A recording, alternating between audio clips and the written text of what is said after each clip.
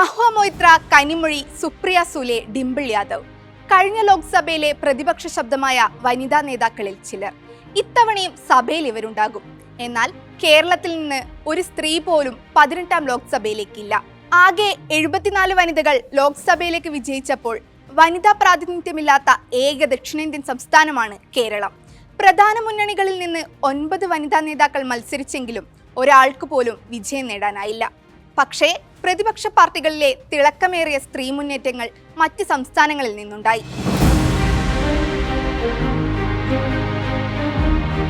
കഴിഞ്ഞ ലോക്സഭയിൽ ആഞ്ഞുവീശിയ കൊടുങ്കാറ്റായിരുന്നു ബംഗാളിൽ നിന്നെത്തിയ തൃണമൂൽ കോൺഗ്രസ് നേതാവ് മഹുവ മൊയ്ത്ര. പാർലമെന്റിൽ മഹുവ നടത്തിയ പ്രസംഗങ്ങളെല്ലാം BJPയെ വിറപ്പിച്ചവയായിരുന്നു.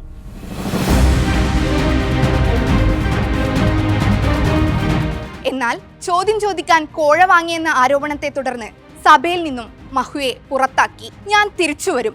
അടുത്ത 30 കൊല്ലവും BJPക്കെതിരെ പോരാടാൻ സഭയ്ക്ക് അകത്തും പുറത്തും ഞാൻ ഉണ്ടാകും. അന്ന് പടിയിറങ്ങുമ്പോൾ മഹുവ പറഞ്ഞ വാക്കുകളായിരുന്നു ഇത്. അതെ, മഹുവ തിരിച്ചു വന്നിരിക്കുന്നു. കൃഷ്ണനഗറിൽ നിന്നും 6 ലക്ഷത്തിലധികം വോട്ടുകൾ നേടി വീണ്ടും ലോക്സഭയിലേക്ക്. ഈ തിരിച്ചുവരവ് തൃണമൂലിന് മാത്രമല്ല, ഇന്ത്യ സഖ്യത്തിന് മുഴുവൻ ഊർജം പകരുന്നതാണ്.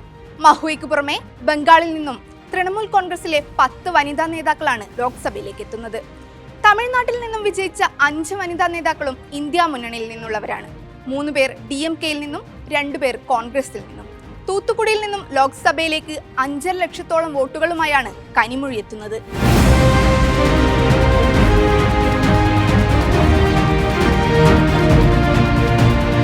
കഴിഞ്ഞ തവണത്തെ പോലെ ഇത്തവണയും മുത്തുവേൽ കരുണാനിധിയുടെ മകൾ DMKയുടെ ഉറച്ച ശബ്ദമാകുമെന്ന കാര്യത്തിൽ സംശയമില്ല. മഹാരാഷ്ട്രയിലെ ബാരാമതിയിലെ കുടുംബപ്പോര് രാജ്യം മുഴുവൻ ഉറ്റുനോക്കിയ മത്സരമായിരുന്നു. NCP, അജിത് പവാർ, ശരത് പവാർ പക്ഷങ്ങൾ നേർക്കുനേർ.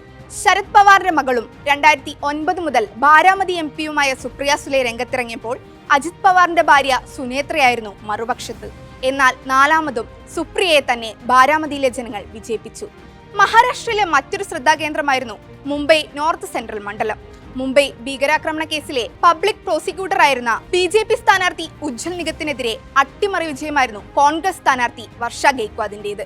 മുംബൈയിലെ അറിയപ്പെടുന്ന ദളിത് യുവനേതാവും ധാരാവി MLA-യുമായിരുന്ന വർഷ ആദ്യമായാണ് ലോക്സഭയിലേക്ക് എത്തുന്നത്. BJPയുടെ പൂനം മഹാജനായിരുന്നു കഴിഞ്ഞ 2 വട്ടവും മണ്ഡലത്തിലെ MP. ഉത്തർപ്രദേശിൽ വൻ തിരിച്ചുവരവായിരുന്നു SP കോൺഗ്രസ് സഖ്യം നടത്തിയത്. സമാജ്വാദി പാർട്ടി വിജയിച്ച 37 മണ്ഡലങ്ങളിൽ 5ഇടത്ത് ലോക്സഭയിലേക്ക് എത്തുന്നത് വനിതാ MP-മാരാണ്. പാർട്ടി അധ്യക്ഷൻ അഖിലേഷ് യാദവിനൊപ്പം ലോക്സഭയിൽ ഭാര്യ ഡിംപിൾ യാദവും ഉണ്ടാകും.